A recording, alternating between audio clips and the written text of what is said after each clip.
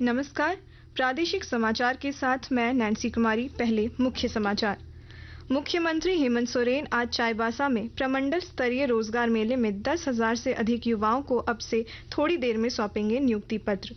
साहिबगंज में बाबूलाल मरांडी ने कहा, राज्य में भाजपा की सरकार आई तो नौकरी में स्थानीय को मिलेगी प्राथमिकता।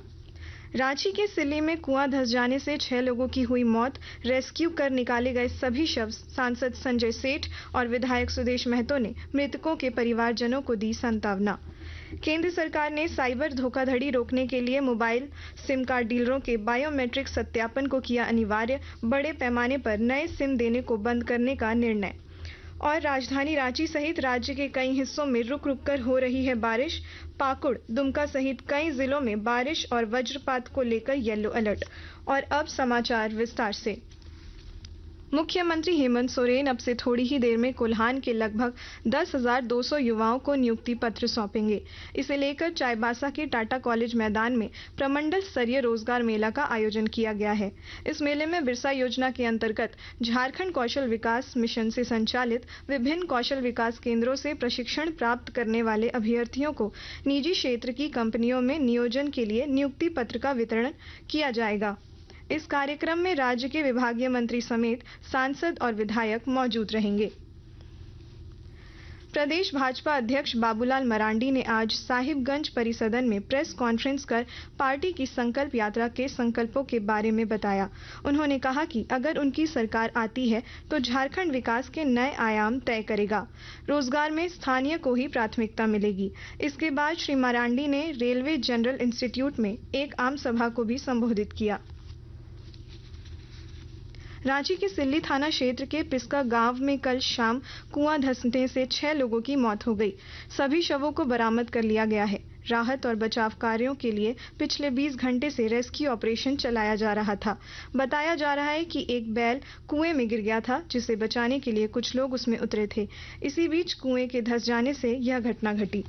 इधर मुख्यमंत्री हेमंत सोरेन ने इस घटना पर दुख व्यक्त करते हुए कहा कि सिल्ली के पिस्का गांव में लोगों की मौत की खबर से मन व्यथित है।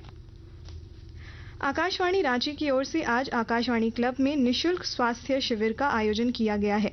शिविर में मेदांता अस्पताल के हृदय रोग विशेषज्ञ डॉक्टर विनीत कुमार, नाक, कान और गला रोग विशेषज्ञ डॉक्टर कृष्ण किंकर दास और फिजिशियन डॉक्टर रणविजय प्रताप सिंह लोगों की जांच कर परामर्श दे रहे हैं। शिविर में RBS, BP और ECG जांच की सुविधा दी जा रही है। आकाशवाणी के ताज़ा तरीन समाचारों के लिए आप हमारी वेबसाइट newsonair.com पर लॉग ऑन कर सकते हैं। ताज़ा समाचार Twitter handle @AIR news alerts और Facebook page All India Radio News पर भी उपलब्ध है।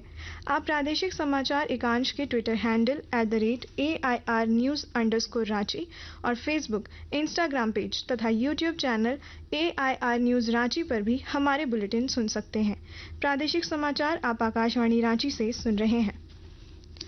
केंद्र सरकार ने साइबर अपराध पर सख्ती बरतने के लिए मोबाइल सिम कार्ड डीलरों के लिए बायोमेट्रिक सत्यापन को अनिवार्य और बड़े पैमाने पर नए सिम देने को बंद करने का निर्णय लिया है।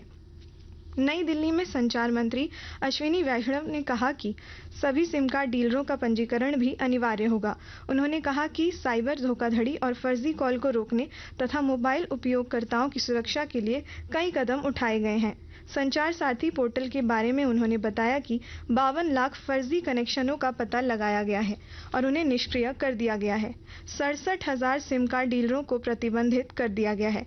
श्री वैष्णव ने कहा कि 300 प्राथमिकी दर्ज की गई है। उन्होंने बताया कि 66,000 व्हाट्सएप अकाउंट और 8 लाख पेमेंट वॉलेट अकाउंट बंद कर दिए गए हैं। पाकुड़ जिले में साइबर क्राइम की घटनाओं पर रोक लगाने के लिए जिला पुलिस जागरूकता अभियान चला रही है। SP के निर्देश पर चौक चौराहे, हाट बाजारों और सार्वजनिक स्थानों पर माइकिंग के जरिए पुलिस पदाधिकारी साइबर अपराधियों द्वारा अपनाए जाने वाले तरीकों और उससे बचने के उपाय बता रहे थे। अनुमंडल पुलिस पदाधिकारी नवनीत एंथनी हेम्ब्रम थानेदारों के साथ दर्जनों स्थानों पर जागरूकता अभियान में शामिल हुए। डुमरी विधानसभा उपचुनाव को लेकर आज नामांकन पत्रों की जांच की जाएगी। इससे पहले नामांकन के आखिरी दिन कल एनडीए समर्थित आजसू पार्टी की प्रत्याशी यशोदा देवी और महागठबंधन समर्थित झामुमो उम्मीदवार बेबी देवी समेत 5 प्रत्याशियों ने नामांकन दाखिल किया। उम्मीदवार 21 अगस्त तक नाम वापस ले सकते हैं। चुनाव आयोग के कार्यक्रम के अनुसार 5 सितंबर को मतदान होगा, जबकि वोटों की गिनती 8 सितंबर को कराई जाएगी। लातेहार के उपायुक्त ने जिला स्तरीय खनन टास्क फोर्स की बैठक में अवैध खनन पर रोक लगाने का निर्देश दिया है। विस्तृत ब्यौरा दे रहे हैं हमारे संवाददाता। लातेहार जिले के उपायुक्त हिमांशु मोहन ने जिला स्तरीय खनन टास्क फोर्स की बैठक में अवैध खनन, परिवहन एवं भंडारण पर रोक लगाने का निर्देश दिया है। उन्होंने जिले में अवैध खनन, परिवहन व भंडारण के विरुद्ध कार्यों की समीक्षा करते हुए सभी अंचल अधिकारियों व थाना प्रभारियों को नियमित रूप से जांच अभियान चलाने का निर्देश दिया। उन्होंने कहा कि अवैध कारोबार किसी भी सूरत में बर्दाश्त नहीं किया जाएगा। उन्होंने जिला खनन पदाधिकारी को इस अवैध कारोबार में संलिप्त लोगों पर प्राथमिकी दर्ज करने का निर्देश दिया है। उन्होंने कहा कि जिला परिवहन पदाधिकारी के सहयोग से इस पर तत्काल अंकुश लगाएं। संजय कुमार तिवारी, आकाशवाणी समाचार, लातेहार। राजधानी रांची सहित राज्य के कई हिस्सों में रुक रुक कर बारिश हो रही है। मौसम विभाग ने रांची के अलावा खूंटी, गुमला, सिमडेगा, सरायकेला खरसावा, पूर्वी और पश्चिमी सिंहभूम में आज और कल अच्छी बारिश की संभावना जताई है।